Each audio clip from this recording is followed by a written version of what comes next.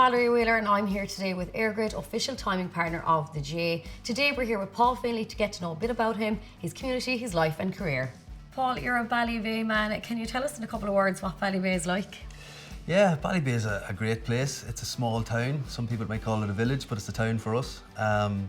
We have a church, we have plenty of pubs, we have a couple of schools, but it's a great place with 2,500 people centred right in the middle of Monaghan, and you know it's one of those places where everybody seems to know each other.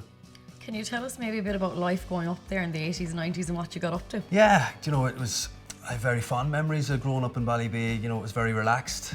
We have a beautiful lake and a nice park. You know, we spent long and many's a day in there. You know, we used to have surfboards out there. You know, it was just brilliant. You know, just stuff that really sticks in your memory. You know, sport was obviously heavily. You know, there was a match on no matter where, what street you went down or what house you went to. The football pitch was always close by. We spent many's a day there as well, and you know, yeah, just very fond memories. Very much centred around sport and football, all of those things. You know, I had a very, very happy youth, I guess, growing up in Ballybay.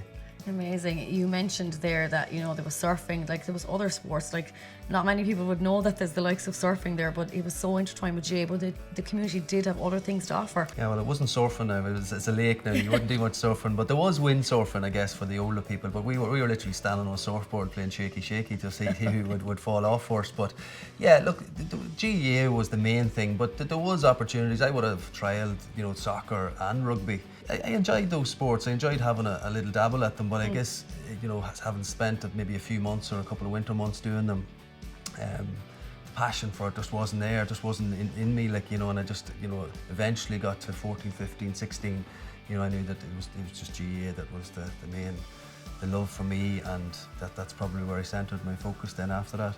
Football is such a massive part of the community there. Can you remember the first time you picked one up? Yeah, well, football's been a huge part of my life. You know, my dad played for years, and just from I can remember, I always, there was a football, myself and my brother, we always had a ball in the house, and it was probably under 10s, you know, a community games match or something like this that I can remember, you know, first maybe wearing the Ballybay jersey. You mentioned your dad, Kieran, of course, and how hard is it for you to follow in his footsteps? Were you always known as Kieran's son, or when were you able to get your own identity? Well, yeah, pretty much, you know, right up through the years until you start to, you know, build your own sort of destiny. And I guess I'll never forget him talking about, you know, he had become Paul Finlay's dad, which didn't sit all that well with him, but he was brilliant. I was really close to him. Along with my mum, like, you know, we were very close. You know, I've always felt comfortable in talking whatever I needed to talk about with them, and just a brilliant relationship. And yeah, he was a big influence on everything football that came after that, and we really enjoyed. You know, my brother also played a lot of club football and a little stint with the county as well, and it was always just a big part of the household. There was plenty of arguments as well, as you can imagine. Was he the type that would tell you, you're after having an off day today, and Paul, that was a desperate game? Absolutely. he wouldn't hold back, and I guess I was the type that would listen and take it on board. My brother probably wanted to argue back, so that was maybe a difference between myself and my brother Kevin, but you know, that's the way I wanted it, you know, to help me improve, and you know, to get along, and you know, to keep going the way I wanted to go. That's the type of feedback you needed. You mentioned that your own family now, and you have 3 lovely children. Have they a part in the community now? Do they take involved in sports and other things there? Yeah, very much so. I have 3 young boys. You know, they're doing great. We're feeling really blessed to be so lucky to have them. You know, they're quite young. The ages are 9, 6 and 2. But they're all showing signs that they want to be involved in football. They have great interest in it. You know, great interest in the games that I've been playing in over the last few years, and yeah, they're out in the football pitch. I'm heavily involved in the juvenile structure of the club, and you know, trying to put some good structures in place for the youth. Is the community close-knit? Would you all be the type to gather together around, maybe, you know, if there was a tragedy in the village or there was, you know, something on down the town, would you be close? Definitely for the GAA. We had huge support when my dad passed away. Like, I'll always remember, you know, you know, how everybody surrounded us, and you know, a lot of the organising was done by our local club, and you know, just traffic and all the rest. But just seeing all those faces close by, in that those tough times, you know, it was a great sense of comfort, and I think that's what the GA do so well, and we're no different. Ballybay is very, very close-knit. As I say, it's a small enough area, so everybody knows everybody. You know, when we've had some success on the football pitch, you know, in the last number of years, and you know, that's the other side of it. We all get a chance to enjoy each other's company and celebrate, and you know, we certainly know how to do that too. Of course, you mentioned the success in 2012 being one of them and 22 being another. Like, how did that have an impact on the community? Well, it was just it's brilliant. Like, it's what every club dreams of. When I started off playing, the senior team would have been down in the junior ranks. Over the years since we started, we gradually made it up through the grades, winning a junior championship first out. We were in intermediate for a long time. You know, we won 3 intermediate championships, but we just, you know, probably yo-yoing a little bit, just not good enough to cut it at senior level, but eventually got there. And yeah, that brought us to 2012 when we bridged the 25-year gap from, my dad was on the last team to win the senior championship for Ballybay in '87. So for us to do that in 2012, that was huge.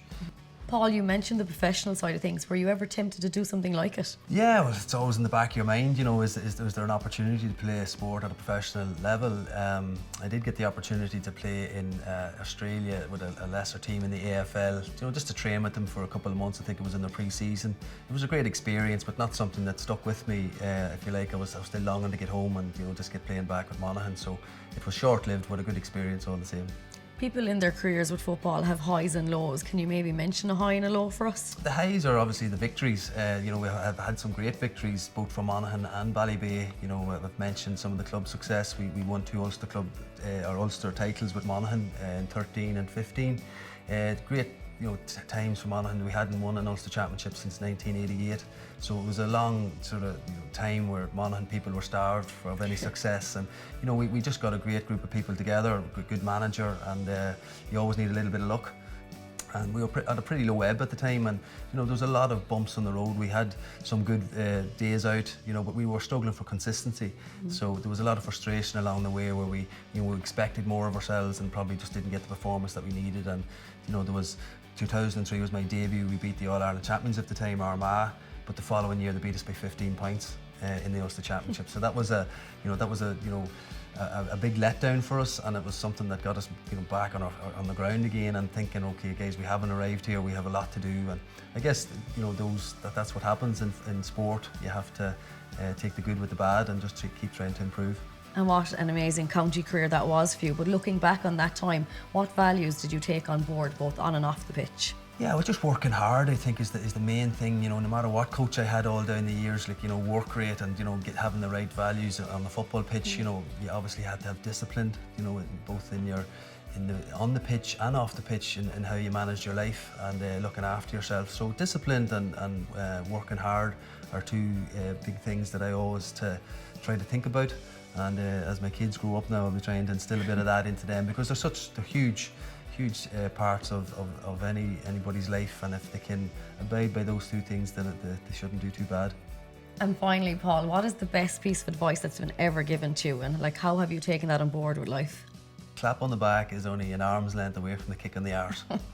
So yeah, it's literally just telling you, you know, there will be good days, there will be bad days. You know, don't get too up on the good ones, don't get too down on the bad ones. So just to try to remain a little bit level-headed, keep your feet on the ground. And it's always just stuck with me, you know, that it is good advice, you know, for anybody. And I always, you know, tried to remember that. Thankfully there was a few good days, there was also a good few bad days. So all the time being able to refer to that one has helped me along the way. Thanks so much for sharing lovely parts of your life with us, and of course your community of Ballybay today. No worries, thank you.